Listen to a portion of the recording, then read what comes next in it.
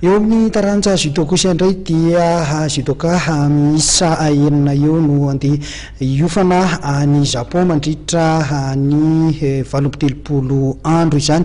Fiaraha-miasa ny Fédération Malagasy ny taranja judo sy ny fanjakana japonais avy amin'ny alalan'ny ministera-ny raharaham-bahiny japonais no nanaovana izao fiofanana izao. Ny tanjona dia ny hiatrehana ny lalao olimpika izay atao any Japon any Tokyo amin'ny taona 2024 raha mpitso maraina no anainga ny judoka malagasy hiatrika ity fifanana ity ho an'ny rehetra judoka maromaro no nasain'ny fanjakana japonais amin'ity fifanana ity mandritra ny herinandro.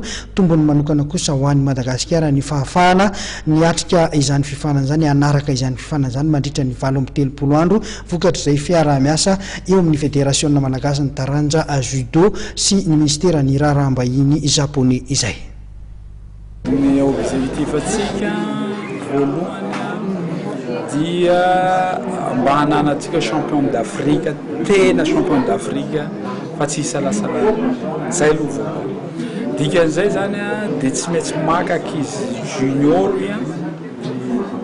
mandraka tonga senior zany homanina satria anisan'ny tena matanjaka zany ny judoka japonais. Zay ny antony fivianana an'izy ireo. Zareo koa moa fa champion foana teto ary mana niveau. Zay ny teneniko teo le vehivavy zany ananatsika chance bebe kokoa raha ohatra préparation na 5 ans. Fa raha lehilahy izy dia miditra any amin'ny 10 ans. Nefa junior tsy hoentinao any amin'ny 10 ans satria lasa vétéran izy rehefa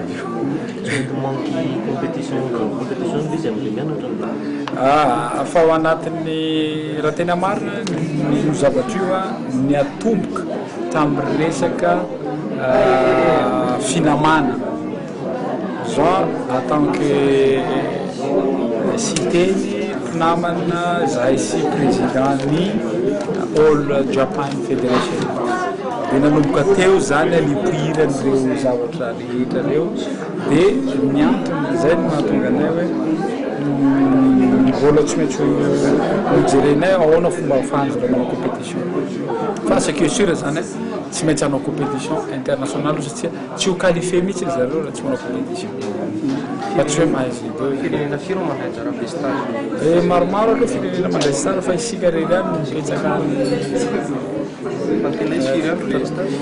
raha tena izy une semaine fa isika ro napetsaka akizy 38 jours satria 40 jours fa anatiny koa le voyage aller et retour. Nahoana ny fomba nahazona le fiaraha-miasa zany nahafahantsika nandray anjara tamin'le stage?